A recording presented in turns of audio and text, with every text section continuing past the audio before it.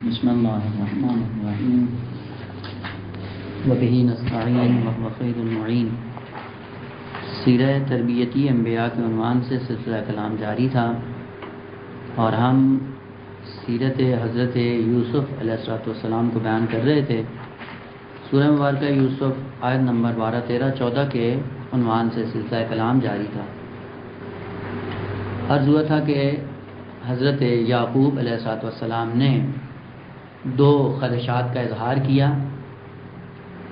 اور وہ یہ تھا قال انی لیحزننی، کہ میں محزون ہوں، اور حزن کا تعلق کس سے ہے کہ ان تذهبوا بہ، تم اس کو لے جاؤ، مجھ سے جدا کر دو جناب یوسف علیہ السلام کو، اس کے بارے میں محزون ہوں۔ اور دوبارہ واخاف، ایک خوف بھی ہے، وہ کیا ہے کہ یاکلہ الذئب وانتم عنہ غافلون، غفلت کے نتیجے میں اس کو کہیں بھیڑیا نہ کھا جائے۔ اس سے پہلے کہ اسی کلام کو آگے بڑھائیں، تین نظریے ہیں حضرت یعقوب علیہ السلام کی اولاد کے عنوان سے۔ البتہ آپ مفسرین خود بھی تلاش کر سکتے ہیں۔ ایک گروہ مفسرین کا افراطی ہے، اور وہ یہ کہتا ہے کہ جتنے بھی جناب یعقوب علیہ السلام کے بیٹے تھے بلا فصل، وہ سب کے سب نبی تھے۔ جب نبی تھے تو ظاہر سی بات ہے معصوم بھی تھے، اور یہ جو ان کی کارثانیاں تھیں حضرت یوسف علیہ السلام کے ساتھ یا جناب یعقوب علیہ السلام کے ساتھ، پھر یہ کیا ہے؟ یہ تو مقام نبوت کے ساتھ سازگار نہیں ہے۔ فوراً جواب دیتے ہیں کہ یہ قبل از نبوت ہے، اور آپ کو پتہ ہے کہ اہل عامہ کا نظریہ یہ ہے کہ اللہ کا نبی بعثت سے پہلے جو بھی کر لے کر سکتا ہے، کوئی اس میں مشکل نہیں ہے۔ لیکن مذہب امامیہ یہ ہے کہ نبی قبل از بعثت بعد از بعثت فرق نہیں کرتا ہے، اس کو ہر دو حال میں معصوم ہونا چاہیے۔ لہذا یہ ایک افراطی نظر ہے کہ سارے کے سارے انبیاء تھے، اور ادھر سے ایک تفریطی نظر ہے، نظریہ دوم، معاذ اللہ کہتے ہیں کہ سب کے سب کافر تھے، کوئی بھی دائرہ اسلام میں نہیں تھا۔ کیوں؟ کہ وہ جو مسلمان ہوتا ہے وہ قاتل نبی تو نہیں ہوتا، اور جو نبی کا قاتل ہو وہ کافر ہوتا ہے۔ اور انہوں نے اپنے ذام میں پلاننگ تو یہ کی تھی کہ جناب یوسف علیہ السلام کو قتل کیا جائے۔ جو قتل کا منصوبہ رکھتا ہے نبی کے لیے وہ دائرہ اسلام سے خارج ہے۔ یہ ایک تفریطی نظریہ ہے۔ نظریہ بین کیا ہے؟ کہا کہ نہ وہ نبی تھے اور نہ ہی کافر تھے، بلکہ عام انسان تھے، نبی کی اولاد ہیں، مقام نبوت پہ بھی فائز نہیں تھے، اور ادھر سے اتنے بھی پارسا نہیں تھے کہ ان سے کوئی گناہ سرزد نہ ہو۔ لہذا یہ سارے کام طبعی طور پر قابل توجیہ ہیں کہ جو نبی بھی نہ ہو اور عام پارسا بھی نہ ہو، تو اس سے یہ کام عین ممکن ہے کہ جس طرح انہوں نے حسد کے نتیجے میں یہ سارا کچھ انجام دیا۔ خوب یہ طبیعی سی بات ہے کہ جب بھی حسد جیسی بیماری انسان کے اندر پیدا ہوتی ہے تو پھر یہ سارے کام اس کے لیے ممکن ہیں۔ دو احتمال جو جناب یعقوب علیہ السلام نے ذکر کیے، پہلا کہا کہ میں محزون ہوں۔ دیکھیں آقا، پہلے بھی عرض کیا تھا کہ حزن اور خوف، حزن کا تعلق ماضی سے ہے، خوف کا تعلق مستقبل سے ہے۔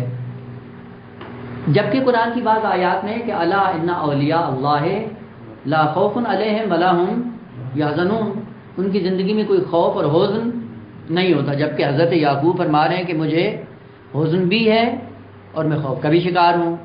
وہ یہ پھر کیسے قابل جام ہو کہ اللہ کا نبی ہے، ولی خدا ہے قطعاً، پھر حزن و خوف ان کی زندگی میں کیوں ہے؟ حزن اور خوف دو طرح سے ہوتا ہے۔ ایک حزن اور خوف جس کا تعلق دنیا اور امور دنیاوی سے ہوتا ہے، یہ مذموم ہے، یہ قبیح بھی ہے، قابل مذمت بھی ہے۔ مثلا دنیاوی امور سے کوئی چیز انسان کے ہاتھ سے نکل جائے اور انسان صبح سے شام تک معذون بیٹھا رہے، مغموم ہو کر کہ او جی اتنا پیسہ تھا ضائع ہو گیا، اور اسی کے اندر میں سارے کام اس کے معطل ہو جائیں امور دنیاوی میں، یا پیسہ بٹور کے رکھے کہ اگر خمس دے دیا تو میرا مال کم ہو جائے گا، اس خوف میں اصل خمس جیسے فریضوں کو بھی انجام نہ دے۔ تو یہ حزن اور خوف ایسا ہے کہ جو مذموم ہے، یہ قابل مذمت ہے، قبیح بھی ہے، بری چیز بھی ہے۔ لیکن وہ حزن اور وہ خوف جو امور آخرت سے مربوط ہو، بے عبارت دیگر جس کا تعلق دین خدا سے ہو وہ نہ فقط مذموم نہیں ہے بلکہ قابل ستائش ہے۔ اگر وہ حزن اور خوف جو امور دینی سے وابستہ ہو، اگر وہ انسان کی زندگی میں رونما ہو تو وہ قابل ستائش ہے، قابل مدح ہے، قابل حمد ہے۔ مثلا فرض کریں اس وقت آدمی سنتا ہے تاریخ کے اور آپ سے جب مطالعہ کرتا ہے تو سنتا ہے کہ یہ امیر المومنین جنگ صفین میں ظاہری طور پہ شکست کھا گئے، یا واقعہ کربلا رونما ہوا، اور وہ حالات سن کر انسان مغموم ہو جاتا ہے، حزن طاری ہو جاتا ہے۔ یہ حزن بھی مذموم ہے؟ قطعاً نہیں ہے۔ یہ انسان کے حالت اس طرح کی طاری ہونا کہ معصوم کن حالات سے دوچار ہو کر دین کو بچا کر اس نے ہم تک پہنچایا ہے اور کتنی مشکلات کا شکار تھے۔ کاش ہم بھی ہوتے تو شاید معصوم کی مشکلات کو کم کرنے میں کوئی رول ادا کر سکتے۔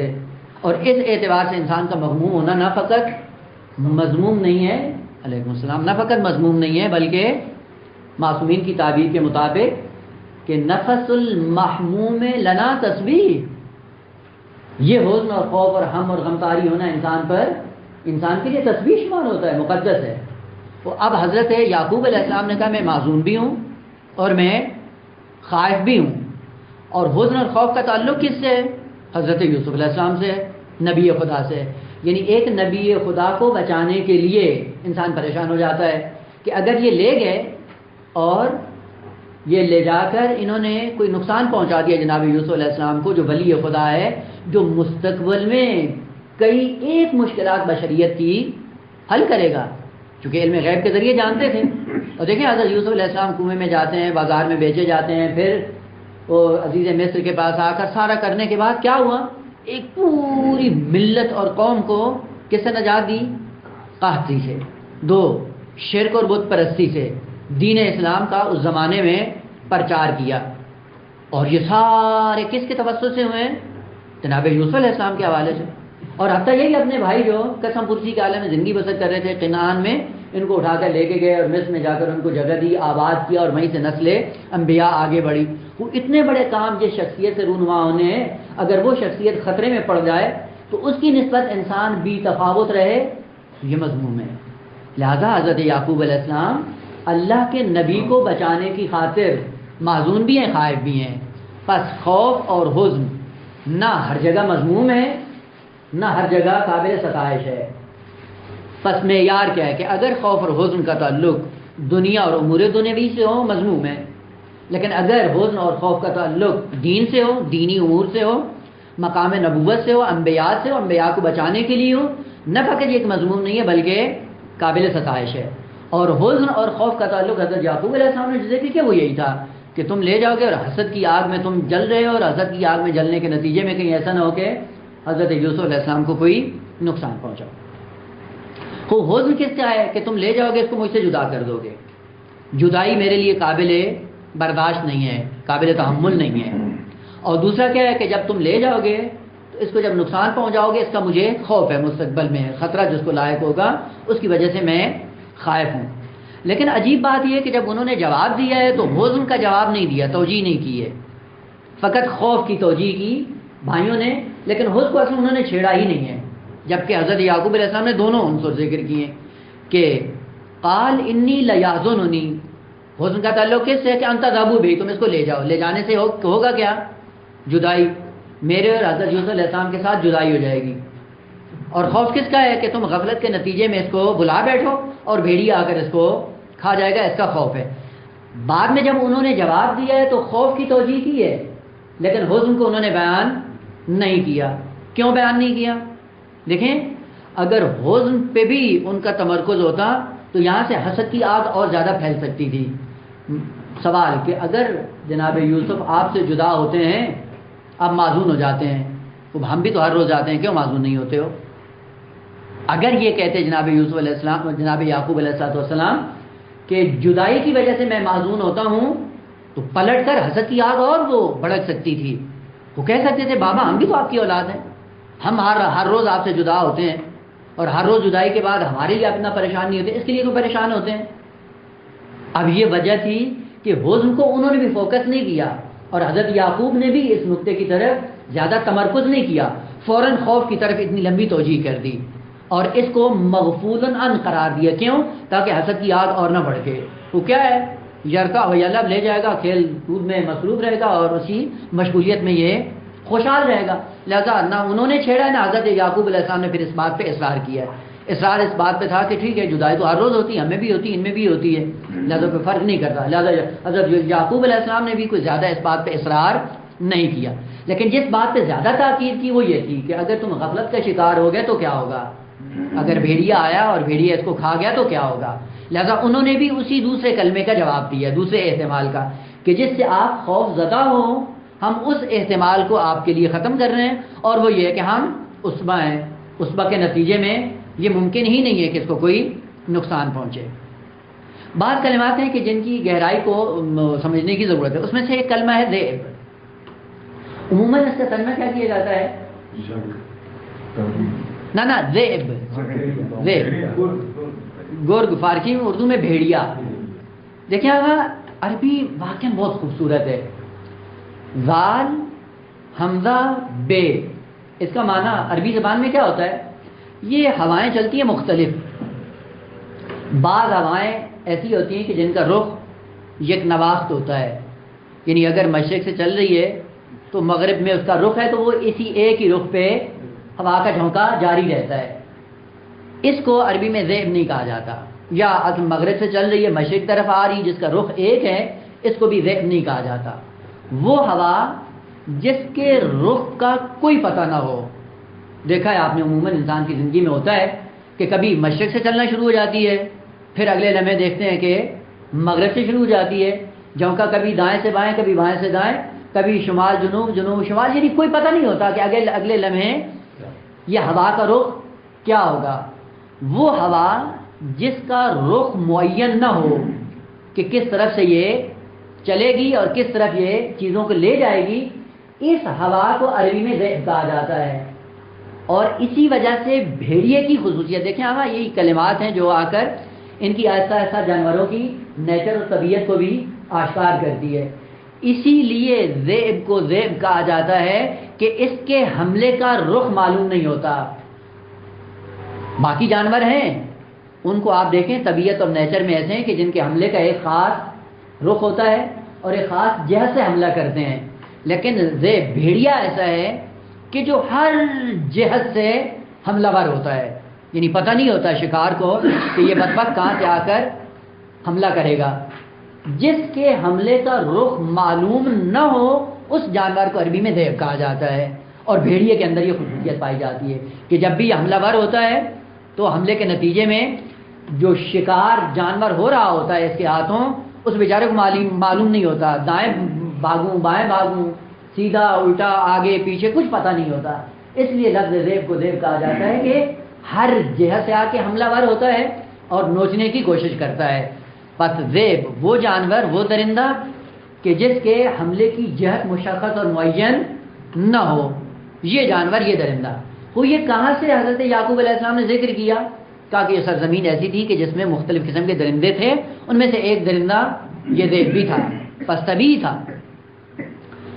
بعض لوگوں نے کہا کہ یہ جو لے کے گئے جناب یعقوب علیہ السلام کے بیٹے حضرت یوسف علیہ السلام کو، یہ لے کے گئے تھے اور حسد کے نتیجے میں اب جو کچھ بھی ان کو کرنا تھا، فوراً انہوں نے جو تعبیر بیان کی وہ یہ تھی کہ اگر ہم ہر روز لے کے جاتے ہیں جانوروں کو، اور ذئب کے اندر تو اتنا شعور اور عقل نہیں ہے، اس کو تو گوشت چاہیے نا. وہ جب گوشت چاہیے تو اب وہ جانور کو یا انسان کو فرق نہیں کرتا ہے. فوراً اطمینان دلایا کہا کہ وہ ذئب کوئی عقل مند جانور نہیں ہے کہ تعقل سے کام لیتے ہو کہ مجھے جانور کا گوشت کھانا ہے، انسان کا نہیں کھانا ہے. اور حضرت یعقوب علیہ السلام سے کہتے ہیں کہ ہم ہر روز جانور لے کے جاتے ہیں، مویشی لے کے جاتے ہیں، چراتے ہیں، لے کے آتے ہیں، تو وہاں پہ ذئب بھی موجود ہیں، بھیڑیے بھی ہیں، ان کو گوشت چاہیے. وہ آج تک ہمارے جانوروں پہ کوئی حملہ ہوا ہے؟ یعنی ہم نے اپنے جانوروں کو ہمیشہ محفوظ رکھا ہے. بھیڑیے بھی ہیں، در عین حال ہم ہر روز جانوروں کو لے جاتے ہیں، لے آتے ہیں اور محفوظ لے کے آتے ہیں. اور وہ بھیڑیا بھی اتنا وہ نہیں ہے عقل مند کہ جائے گا تو حسن اس نے حضرت یوسف علیہ السلام کو ہی جا کے چیرنا پھاڑنا ہے. اگر ہر روز ہم جانوروں کو لے جاتے ہیں اور محفوظ انداز میں ان کو واپس لے آتے ہیں تو ایک بچے کی ہم حفاظت نہیں کر سکتے؟ اس بات پہ اب کوئی جواب نہیں تھا جناب یعقوب علیہ السلام کے پاس، لہذا فوراً کہا کہ وَنَحْنُ عُصْبَةٌ، جب ہم ہر روز اسی عصبیت کی بنیاد پہ جانوروں کو لے جاتے ہیں، لے جانے کے بعد چراتے بھی ہیں، چرانے کے بعد ان کو محفوظ انداز میں واپس بھی لے آتے ہیں، تو حضرت یوسف علیہ السلام اگر چلے گئے تو کون سی بڑی بات ہے؟ اور وہ گرگ تو ایسا عقل مند نہیں ہے کہ صاحب جانوروں کو چھوڑ کر آ کر حضرت یوسف علیہ السلام پہ ہی حملہ کرے گا، لہذا کوئی بات نہیں تھی، حضرت یعقوب کے پاس فوراً خاموش ہو گئے۔ کہا کہ اگر حضرت یوسف علیہ السلام پہ وہ حملہ ور ہوں، انا اذن لخاسرون، کل معنی کیا تھا خسران کا، آج اسی کا اگلا مرحلہ۔ خسران دو طرح سے ہوتا ہے، بعض خسران ایسے ہیں کہ جن کا تعلق عالم دنیا سے ہے، اور بعض خسران ایسے ہیں جن کا تعلق عالم آخرت سے ہے۔ عالم دنیا میں خسران ایک نقطہ قوت کے طور پہ ظاہر ہوتا ہے، اور وہاں پہ استعمال ہوتا ہے جہاں پہ کسی کی بے عرضگی نااہلی کو ثابت کرنا ہو، وہاں پہ آدمی اس جملے کو استعمال کرتا ہے، یعنی تم ہمیں اتنا نااہل سمجھتے ہو۔ اپنی نااہلی کو چھپانے کے لیے اس کلمے کو استعمال کیا جاتا ہے، قرآن میں کئی جگہ پہ ہے۔ یہاں پہ انا اذن لخاسرون، اس خسران کا تعلق عالم آخرت سے نہیں ہے، اس کا تعلق عالم دنیا سے، یعنی ہم نوجوان بھی ہیں، طاقتور بھی ہیں، عصبیت کی بنیاد پہ ہم متحد بھی ہیں، پاورفل بھی ہیں، اور پاورفل ہونے کے بعد اگر ہم یوسف کا دفاع نہ کرتے، ہم سے بڑھ کر نااہل کون ہو سکتا ہے؟ یہاں پہ بس نااہلی کو چھپانے کے لیے اس کلمے کو استعمال کیا جا رہا ہے، یعنی اتنا اجتماع ہمارا قوی ہے، قدرت مند ہے، اتنی قدرت کے ہوتے ہوئے ہمیں کون نقصان پہنچائے گا؟ اگر واقعاً کوئی نقصان پہنچائے اتنے اوصاف کے باوجود، تو اس کا مطلب ہے ہم سے بڑھ کر کوئی نااہل نہیں ہو سکتا ہے۔ اور یہ تعبیریں ہوتی ہیں، مثلا فرض کریں کہ ایک آدمی ہے جو 1000 کے مجمع میں جا کے بہترین انداز میں شعلہ بیانی کے ساتھ جا کے تقریر کرتا ہے، اور اس سے کہا جائے کہ 10 آدمی بیٹھے ہیں اس میں آپ تقریر کریں، تو کوئی آ کے کہا یار یہ 10 آدمیوں میں کہیں بیچارہ بھونتل نہ جائے، تذبذب کا شکار نہ ہو جائے، اور کہیں یہ بیچارہ لڑکھڑا نہ جائے، تو پلٹ کر وہ کیا کہے گا کہ یار میں 1000 کے مجمع میں بات کرتا ہوں تو میں گھبراتا نہیں ہوں، 10 آدمی کے سامنے میں گھبرا جاؤں گا؟ اگر 10 آدمی کے سامنے بیٹھ کر میں گھبرا جاؤں، مجھ سے بڑھ کر کوئی نااہل نہیں ہوگا۔ بس یہ جملہ کس لیے استعمال ہوتا ہے؟ اپنی نااہلی کو چھپانے کے لیے یہ کلمہ استعمال ہوتا ہے، اور اس کا تعلق امور دنیا سے ہوتا ہے، یعنی امور دنیا کو چلانے کے لیے جب ہر روز ہم جانور لے جاتے ہیں، چلاتے بھی ہیں، حفاظت بھی کرتے ہیں، صحیح سالم ان کو گھر واپس لے آتے ہیں، تو ایک چند سالہ بچہ کو ہم محفوظ نہیں رکھ پائیں گے؟ اگر واقع نہ رکھ پائیں تو ہم سے بڑھ کر نااہل کوئی اور نہیں ہو سکتا۔ یا سورہ مبارکہ مومنون میں ہے کہ جہاں پہ آ کر یہی دشمنان پیغمبر آ کر لوگوں کو اکساتے تھے، سورہ مومنون آیت نمبر 34، وَلَئِنْ أَطَعْتُمْ بَشَرًا مِثْلَكُمْ إِنَّكُمْ إِذًا لَخَاسِرُونَ، اگر پیروی ہی کرنی ہے تو فرشتے کی کرو، اگر تم کسی کے پیروکار ہوتے ہو اور وہ بھی بشر ہے تمہاری طرح، یاکل مما تاکلون ویشرب مما تشربون، جہاں سے تم کھاتے ہو وہ بھی کھاتا ہے، جہاں سے تم پیتے ہو وہ بھی پیتا ہے، جیسے تم چلتے ہو وہ چلتا ہے، جیسے تم اپنے کام روزمرہ کے انجام دیتے ہو وہ بھی یہی انجام دیتا ہے، تو پھر یہ شخص پیروی کے قابل نہیں ہے، کیوں اس کی پیروی کرتے ہو؟ اگر ایسے بشر کی پیروی کرتے ہو جو تمہارے جیسا ہے، انکم اذن لخاسرون، تم سے بڑھ کر نااہل اور کوئی نہیں ہے۔ بس یہ کلمہ خسران کبھی کبھی نااہلی کو ثابت کرنے کے لیے استعمال ہوتا ہے جس کا تعلق عالم دنیا سے ہوتا ہے۔ بس یہاں سے خسران اخروی نہیں ہے، عذاب جہنم کے بارے میں نہیں ہے، آخرت میں ذلت کے بارے میں اس کلمے کو استعمال نہیں کیا جا رہا ہے، بلکہ وہ کیا کہہ رہے ہیں، یعنی ہم اتنا پاورفل ہونے کے باوجود جو روزمرہ کے کام انجام دے رہے ہیں تو دے رہے ہیں، ان میں سے ایک چھوٹا کام حضرت یوسف کی حفاظت ہمارے لیے کون سی بڑی بات ہے؟ جب یہ کوئی بڑی بات نہیں ہے تو ہم اس کی بھی حفاظت کر سکتے ہیں۔ اور اس کے بعد پھر حضرت یعقوب علیہ السلام کے پاس کوئی توجیہ باقی نہیں رہی، اس لیے فوراً حضرت یوسف علیہ السلام کو ان کے ساتھ روانہ کر دیا۔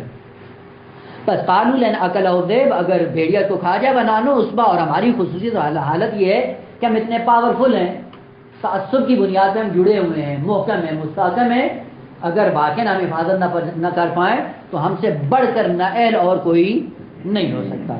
یہاں سے مسئلہ اب جو ہے وہ آگے بڑھنا شروع ہو جاتا ہے, اور وہ کیا ہے؟ فلما ذهبوا به. یہاں سے وہی کلمہ جو بار بار تکرار ہو رہا ہے کہ کلمہ ذهبا لازم ہے, وہ ہماری طلاب کی اصطلاح میں لازم یعنی اس کو مفعول کی ضرورت نہیں ہے, لیکن جب بے کے ذریعے متعدی ہوگا تو اب اس کو مفعول کی ضرورت بھی پڑے گی. یعنی جب وہ لے گئے, فوراً سوال آتا ہے کس کو لے گئے؟ وہ جس کو لے جائیں گے وہی اس کا مفعول بن جائے گا. اب وہ مفعول مع الواسطہ کہلاتا ہے. فلما ذهبوا به, جب حضرت یوسف علیہ السلام کو وہ لے گئے, یعنی اب سارے احتمالات ختم, سارے خطرات کا انہوں نے جواب دے دیا, اور حضرت یعقوب علیہ السلام کو مطمئن کرنے کے بعد اب چل پڑے جنگل کی طرف. انہی جانوروں کے ساتھ اٹھایا اور اٹھا کر لے کے چل پڑے. فلما ذهبوا به واجمعوا, لفظ اجمع عزم کے معنی میں استعمال ہوتا ہے, یعنی جہاں پہ ایک کام کو عزم کے ساتھ اور عزم راسخ کے ساتھ انجام دینا مقصود ہو, وہاں پہ کلمہ اجماع استعمال کیا جاتا ہے باب افعال کی صورت میں. وہ اجماع مصمم ہو گئے, یعنی اپنی پلان میں مصمم تھے کہ یہ کرنا یہ ہے, اور جب سارے موانع انہوں نے ختم کر دیے, اب اپنے ہدف کو پانے کے لیے کوئی ایک رکاوٹ باقی نہیں ہے, تمام تر موانع انہوں نے برطرف کر لیے. برطرف کرنے کا اب کیا ہے؟ واجمعوا, اب مصمم ہو گئے اس بات پر کہ وہی اپنا ہدف پورا کرنا ہے, جس ہدف کے لیے حضرت یوسف علیہ السلام کو جناب یعقوب سے جدا کیا تھا. یہاں پہ ایک تو چیزیں ہیں جس کو یہاں پہ ذکر کرنا بہت ضروری ہے تاکہ بات واضح ہو جائے. وہ یہ ہے کہ قرآن جن جن مراحل کو ذکر کر رہا ہے وہی وہ موارد ہیں جو ہدایت بشری میں شامل ہیں, چونکہ قرآن کتاب ہدایت ہے. تاریخ کا جو پہلو ہو اگر وہ بیان ہو رہا ہے قرآن میں, آپ یقین جان لیں کہ وہ پوری بشریت کی ہدایت میں شامل ہے, اور جو نقطہ بیان نہیں ہوا اب وہ یقیناً ہدایت بشری میں شامل نہیں تھا, وہ تاریخ کا حصہ ہے. تاریخ کا حصہ سے مراد کیا ہے؟ تاریخی باتیں ہیں. داستان کو مکمل کرنے کے لیے اگر کوئی روایت معتبر مل جاتی ہے تو فابیا, اور اگر کوئی روایت معتبر نہیں ملتی تو پھر وہ تاریخ کا حصہ ہے, مظنونی گمان اور ظن کی حد تک ہے. اور اسی لیے داستان حضرت یوسف علیہ السلام میں آپ دیکھیں بہت سی ایسی چیزیں ہیں جو بیچ میں ایڈ کر دی جاتی ہیں, اور جب ایڈ کی جاتی ہیں تو اس کے اندر کوئی نقطہ ہدایتی موجود نہیں ہوتا ہے. البتہ اگر کہیں پہ روایت دلالت اور سند کے اعتبار سے مستحکم ہو تو آپ اس کو ایک تاریخ کا یقینی حصہ سمجھ کے بیان کر سکتے ہیں, لیکن قرآن جب بیان نہیں کرتا ہے تو یقین جان لیں کہ وہ ہدایت بشری میں وہ پہلو اور وہ حصہ شامل نہیں ہے. یہاں پہ سوال یہ ہے کہ آیا سارے بھائی حضرت یوسف علیہ السلام کے مخالف تھے یا نہ, کچھ مخالف تھے اور کچھ موافق تھے, اور قرآن نے صراحت کے ساتھ ذکر کیا ہے, کیونکہ پہلا منصوبہ ان کا کیا تھا کہ حضرت یوسف علیہ السلام کو قتل کر دیا جائے. دوسرا منصوبہ کیا تھا کہ اس کو بیابان میں چھوڑ دیا جائے, درندے اس کو کھا جائیں. یہ دونوں پلاننگ عملی میدان میں ثابت نہیں ہوئی. وہ تیسری رائے سامنے آئی. وہ تیسری رائے جو کیا تھی کہ کنویں میں ڈال دو, یعنی نہ قتل کرو نہ بیابان میں اس کو آزاد کرو تاکہ درندے اس کو نہ کھا جائے, وہ کیا کرو کنویں میں چھوڑو. یہ جو تیسری رائے آئی تھی یہ کس کی تھی؟ یہ بھی بعض بھائیوں نے رائے دی تھی نا. وہ بھائی جو رائے دے رہے تھے کہ اس کو بیابان میں بھی نہ چھوڑو, قتل بھی نہیں کرو, کنویں میں ڈال دو, یہ خیر خواہ تھے یا نہیں تھے؟ وہ یقیناً تھے. اس کا مطلب ہے سب بھائی مخالف نہیں تھے, بعض حامی بھی تھے. یہیں سے سوال پیدا ہوتا ہے کہ آقا وہ جو حامی تھے جنہوں نے حمایت کا اعلان کیا, جنہوں نے جناب یوسف کو قتل ہونے نہیں دیا, جنہوں نے جناب یوسف علیہ السلام کو بیابان میں چھوڑنے پر ان کو مجبور بھی کیا اور روکا بھی کہ یہ کام نہ کرو, تو سوال یہ کہ انہوں نے کیوں جا کے جناب یعقوب کو نہیں بتایا کہ آپ کا بیٹا زندہ ہے, اور کیوں اتنی زندگی تک جناب یعقوب علیہ السلام روتے رہے. یا دوسرا احتمال, جب خود جناب یوسف علیہ السلام زندہ تھے کیوں کسی ایلچی کے ذریعے کسی کو بھیج کر کیوں پیغام نہیں دیا اپنے باپ کو کہ میں زندہ ہوں, میری ساتھ یہ مسئلہ ہوا ہے, یہ ہوا یہ ہوا یہ ہوا, اور اب میں مصر کے اندر بادشاہ کے طور پہ زندگی بسر کر رہا ہوں. کیوں نہیں بتایا جناب یوسف علیہ السلام نے, تاکہ والد کا غم ختم ہو جائے اور وہ جو دائمی حزن میں مبتلا تھے اس حزن سے ان کو چھٹکارا مل جائے. تو یہ پہلو قرآن نے ذکر نہیں کیا. جب ذکر نہیں کیا تو ہدایت بشری میں بھی یہ چیز شامل نہیں تھی.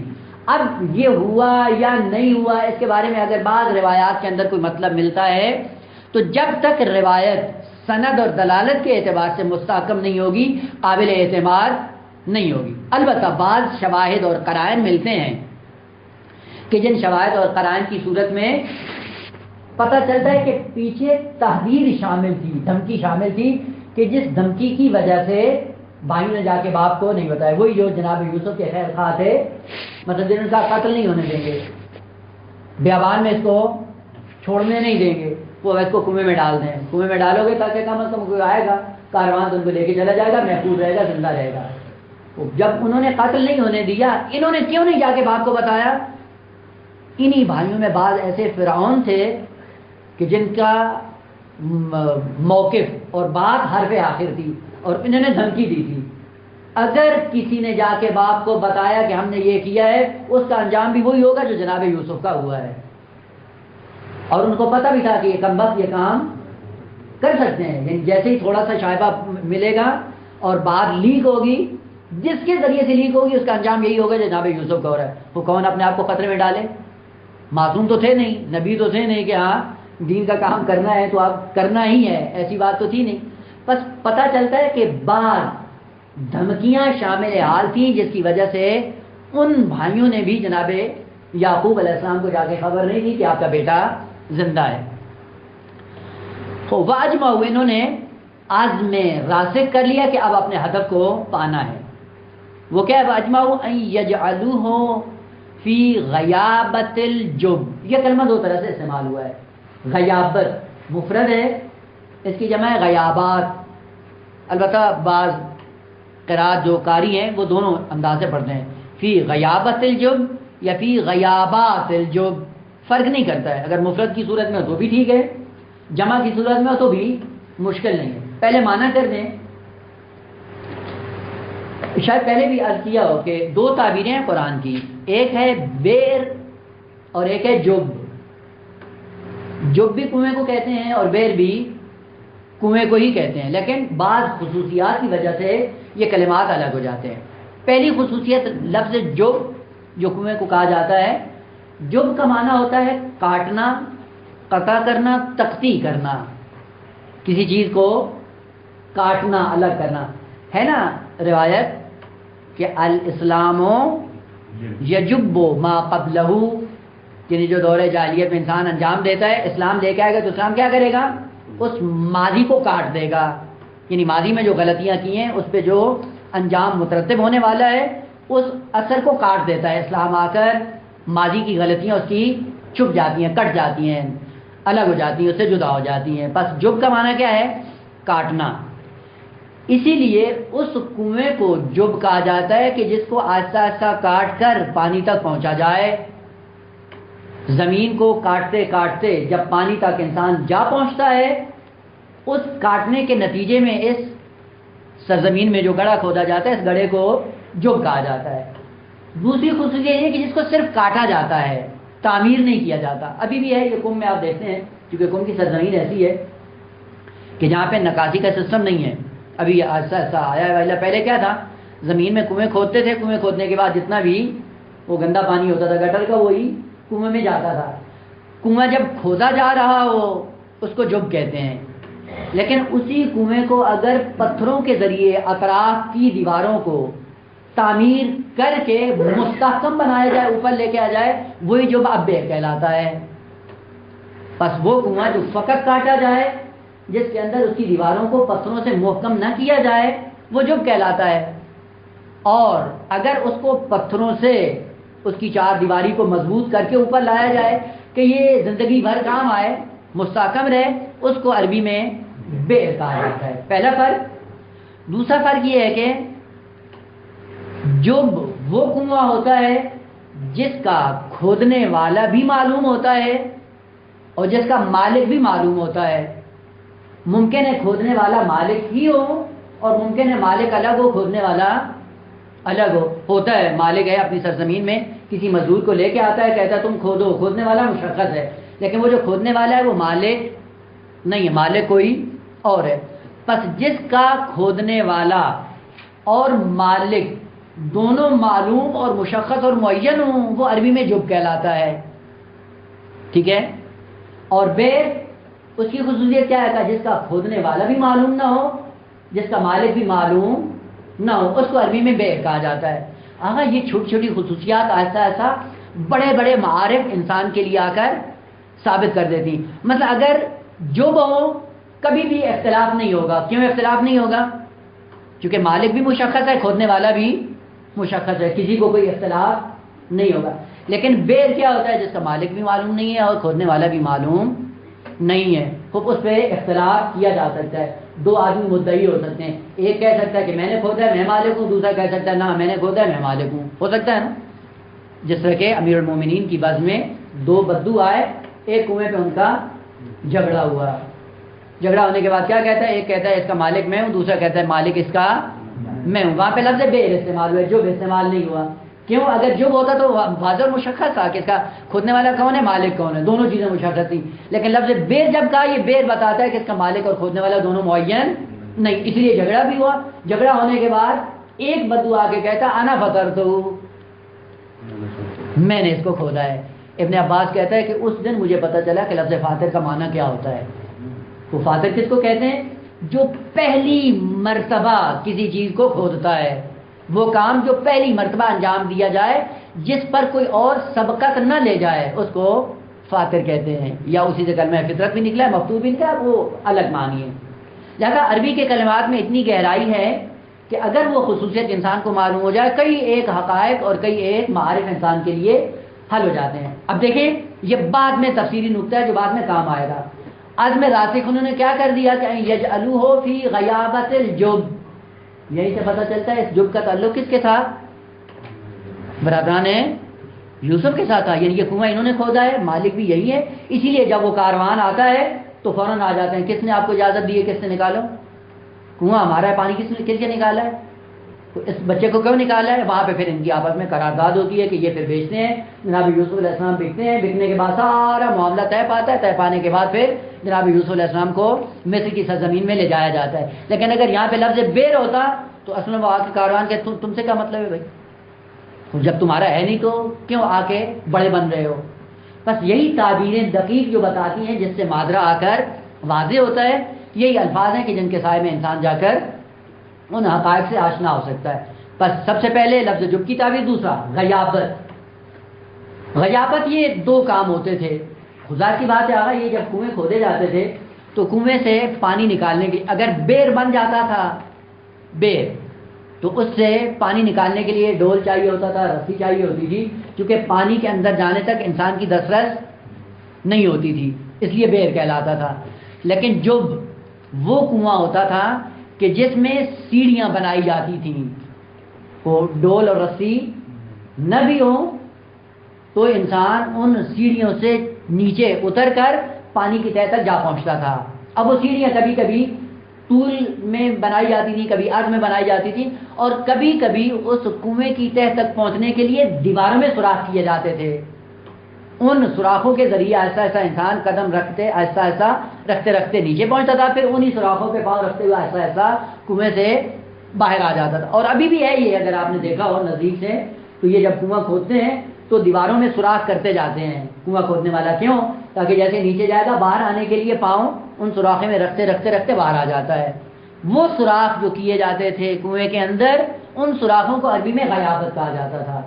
لیکن قدیم زمانے میں ہوتا یہ تھا کہ وہ سوراخ اتنے بڑے کیے جاتے تھے کہ اگر کوئی آدمی وہاں پہ بیٹھ کر آرام کرنا چاہے تو چھپ جاتا تھا.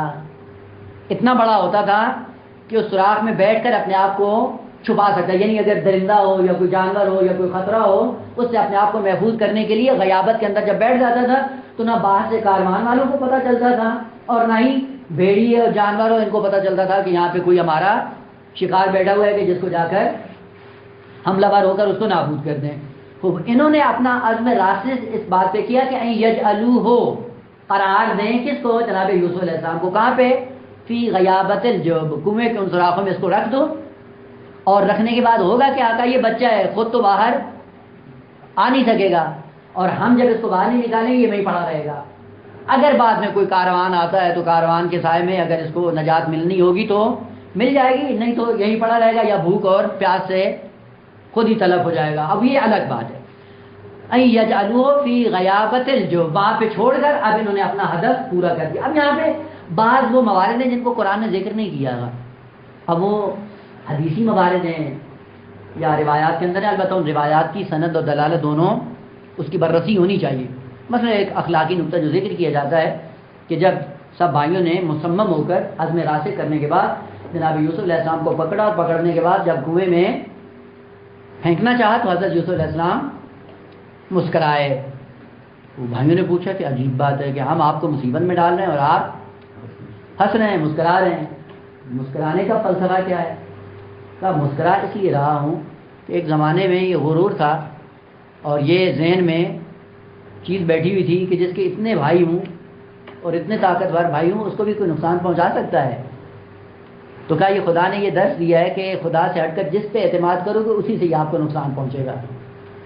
آج وہی بھائی جن پہ اعتماد کیا تھا خدا سے ہٹ کے، وہی بھائی میری جان کے دشمن بنے ہوئے ہیں۔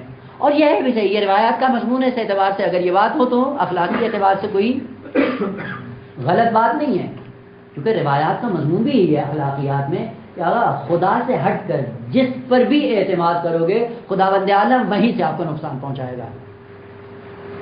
لہذا حضرت یوسف علیہ السلام نے بھی دیکھیں واقعہ آغا اس اعتبار سے پورا اخلاقیات کا مجموعہ ہے یہ سورہ یوسف۔ دیکھیں انسان جو خدا سے مانگتا ہے نا خدا وہی دیتا ہے، اور یہ ہم نے دیکھا ہے تاریخ میں کئی لوگ ہیں جب مشکل میں پڑتے ہیں تو کیا کہتے ہیں خدا اس سے نکال دے، وہ فلاں مشکل اگر دے دے تو کوئی بات نہیں، اور وہ اسی دوسری مشکل میں پھنس جاتا ہے۔ یہ کیوں معاملہ کرتے ہو خدا کے ساتھ، مشورہ کیوں دیتے ہو کہ اس سے نکال کے اس میں ڈال دو؟ وہ جب اس سے نکال کے اس میں ڈال دو گے، جب وہ دامن گیر ہوگی تو اس میں اور زیادہ۔